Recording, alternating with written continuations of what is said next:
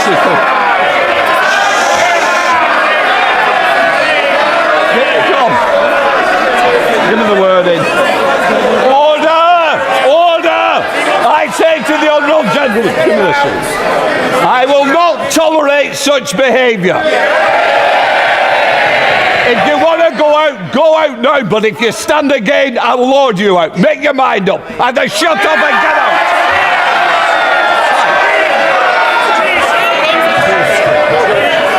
I warn the honourable member that if there's protesting carrying out, just shut up a minute.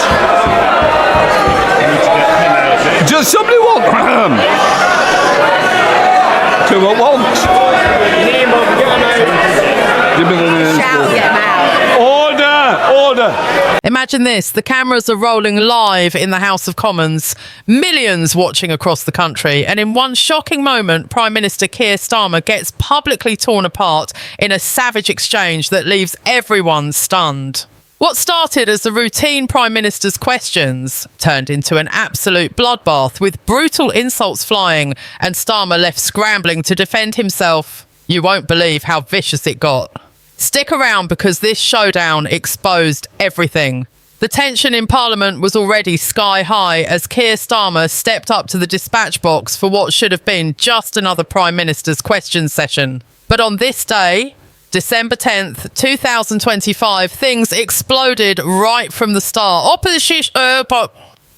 Opposition leader Kemi Badenoch came out swinging, not holding back at all. She looked straight at Starmer and hit him with the ultimate burn, calling him a caretaker Prime Minister. That's right, she basically said he's just keeping the seat warm until someone better comes along, implying his own party sees him as temporary and weak.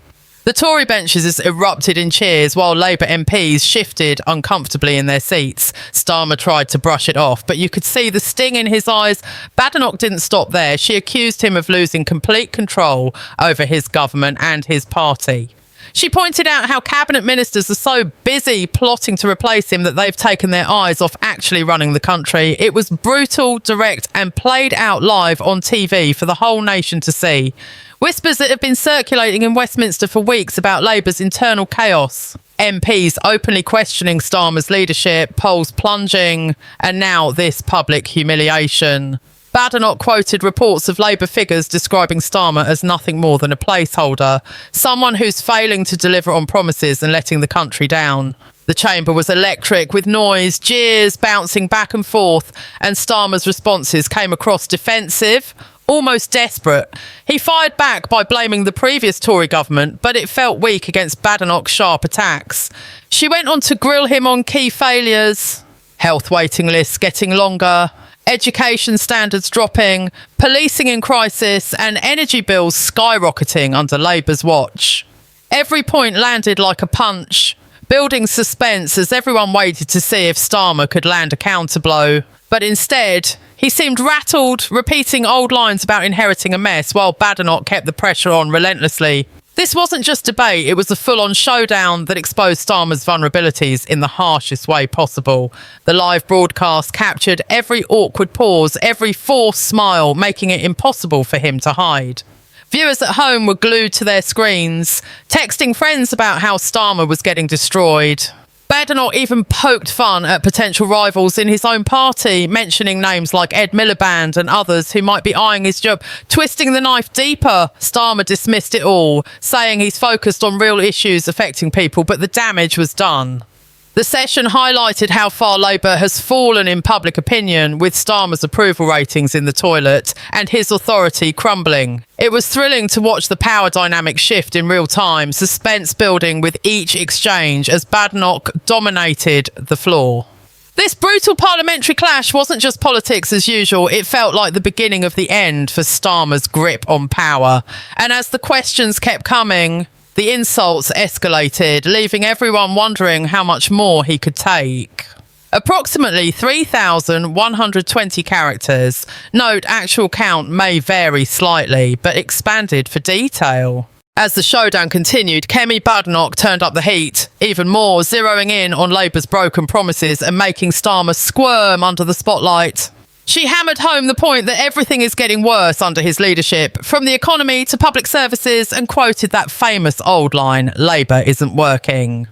The Commons roared with laughter from the opposition side, while Starmer tried to deflect by attacking Badenoch personally, saying she's proof you can say anything when no one's listening, but it fell flat. Badenoch just smiled and kept firing. She brought up specific failures, like fewer police officers now than when Labour took over, despite their big pledges to recruit thousands more. Starmer claimed numbers would improve soon, but Badenoch wasn't buying it, accusing him of misleading the public. The suspense was palpable as backbench MPs jumped in with their own jabs, heckling Starmer and amplifying the chaos. Live on TV, this was pure drama, with cameras zooming in on Starmer's frustrated expressions. Badenoch cleverly tied it all back to his caretaker status, suggesting his ministers are distracted by leadership plots because they know he's not up to the job.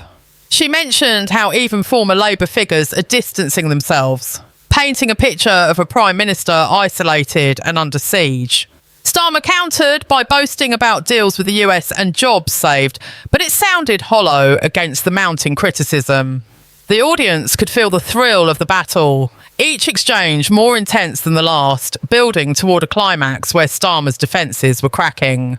This public insulting wasn't subtle, it was open warfare, with Badenoch landing blow after blow on his record.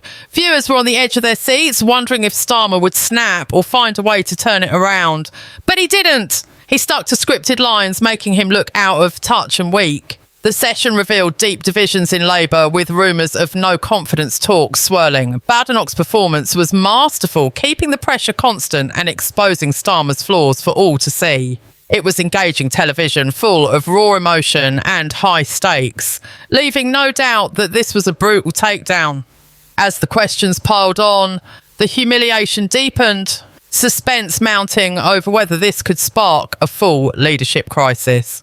Diving deeper into the clash, the real thrill came when Badenoch started naming names from Starmer's own cabinet, mocking potential successors and implying they're all positioning to knife him in the back. She ridiculed Ed Miliband's energy policies, saying bills are rising because of his green agenda, and joked about him recycling himself as a leadership contender. Starmer hit back hard, but it only highlighted the infighting. The chamber was in uproar, with MPs shouting over each other, creating that chaotic atmosphere that makes PMQs so addictive.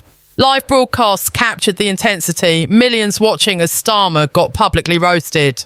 Badenoch accused him of having no plan, just U-turns and excuses while the country suffers. She pressed on education, health and borders. Each time Starmer's answers seemed evasive, adding to the suspense of whether he'd crumble completely.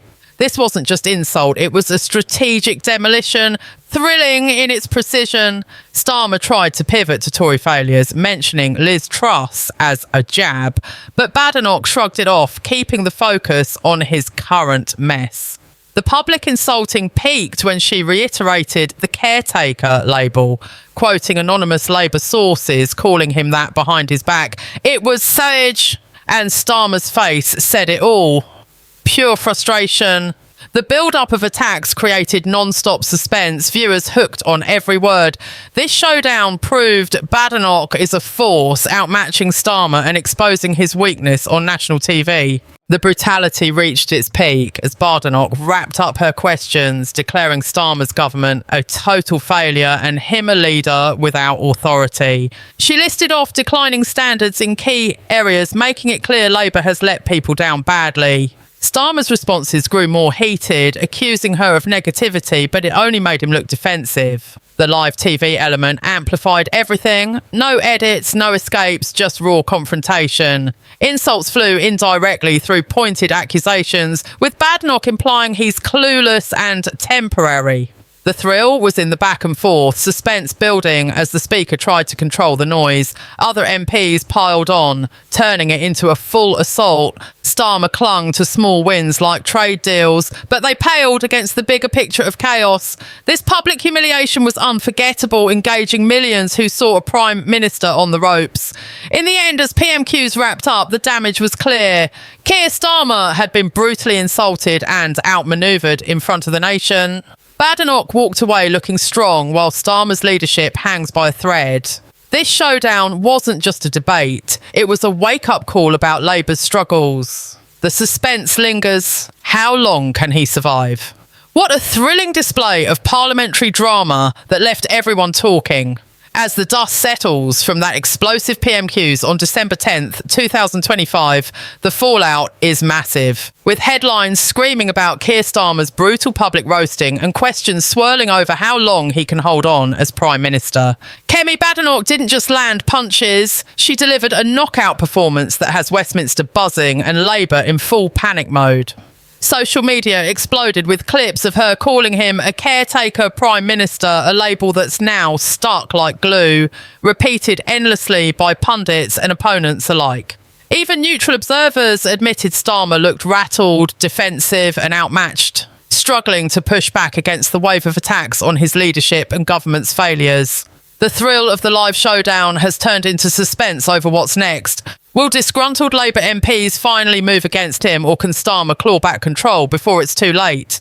This wasn't just another session, it was a turning point that exposed deep cracks in his authority, with Badenoch emerging stronger and more confident than ever. Viewers who tuned in got front row seats to political drama at its rawest, where every jeer and comeback amplified the humiliation. Reports poured in about Labour backbenchers privately fuming, some openly leaking frustrations that echo Badenoch's jabs about ministers plotting replacements. The caretaker tag, drawn from whispers in his own party, hit hardest because it's rooted in truth.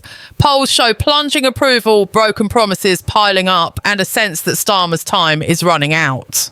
Badenoch channeled classic opposition fire, reviving "Labour isn't working" to thunderous Tory cheers, while Starmer's replies about inherited messes felt tired and unconvincing. The chamber's chaos, with the speaker begging for less panto, only added to the electric atmosphere that made it must-watch TV. Millions shared moments online, memes of Starmer's awkward pauses going viral, building even more pressure on him. This brutal clash has reignited talks of a leadership crisis, with names like Wes Streeting and others floated as successors eyeing the top job. Badenoch's mockery of Ed Miliband recycling himself was savage comedy gold, twisting the knife on Labour's green policies failing to cut bills as promised. Starmer boasted small wins, but they drowned in the bigger narrative of rising costs, longer waits and lost trust. The suspense now hangs thick. After this public demolition, can he survive the new year without a challenge? Political experts are divided, but one thing's clear. Badenoch has found her stride, dominating the dispatch box and putting Starmer on the ropes like never before. This showdown wasn't subtle. It was open season on a weakened leader, thrilling in its intensity and leaving the nation gripped. As clips replay across news channels, the insults linger, fueling debate about Labour's direction and Starmer's future. What a way to end the year, to pure parliamentary warfare that has everyone asking, is this the start of his downfall? The drama is far from over, and the next PMQs can't come soon enough for those hooked on the intrigue, as after that unforgettable PMQs bloodbath on December 10th, 2025, the political world is still reeling, and Keir Starmer can't escape the shadow of his brutal public takedown. Newspapers, TV panels and social media are relentlessly replaying the most damaging moments. Kemi Badenoch branding him a caretaker prime minister, the Tory cheers echoing through the chamber, and Starmer's visibly shaken attempts to fight back. What made it so thrilling wasn't just the insults, it was how perfectly Badenoch exposed the growing chaos inside Labour, turning whispered corridor gossip into headline-grabbing reality. Pundits are calling it one of the most savage opposition performances in years, with Badenoch proving she's a serious threat who can dominate the floor and rattle even the most experienced leaders. The suspense is killing everyone. Will this be the spark that finally ignites a full-blown leadership challenge, or can Starmer somehow steady the ship before Christmas? Inside Labour, tensions are at boiling point. MPs who once stayed loyal are now openly questioning if he's the right person to lead them into the next election. Leaked messages and anonymous briefings paint a picture of despair, with some saying the party feels directionless and doomed under his watch. Badenoch's attack on distracted ministers plotting against him resonated because it's exactly what insiders have been saying for months.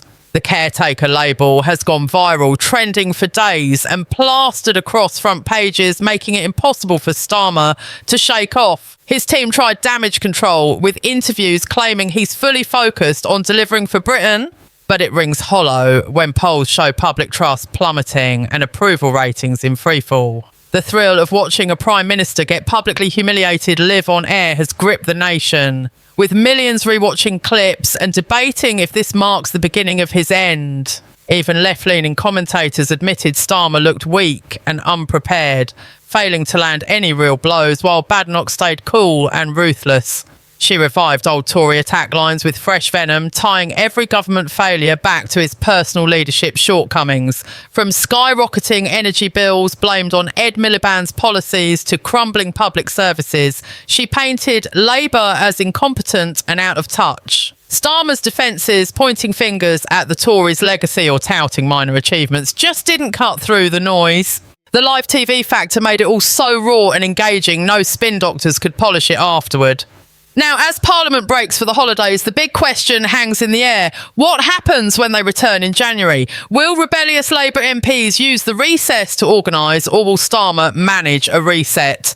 Badenoch has set the tone for the coming year, positioning herself as the strong alternative, ready to pounce. This wasn't just a bad day at the office for Starmer. It felt like a pivotal moment that could redefine British politics. The excitement is palpable. People are hooked on the drama, eagerly awaiting the next twist in this high-stakes power struggle. If you thought politics was boring, this showdown proved it's anything but, delivering suspense, savage burns, and real consequences that could change everything. Starmer's survival instincts will be tested like never before, and the whole country is watching to see if he crumbles or fights back. What an incredible display of parliamentary combat that has left Labour wounded and the opposition energised. The fallout is just beginning, and it's going to be one hell of a ride.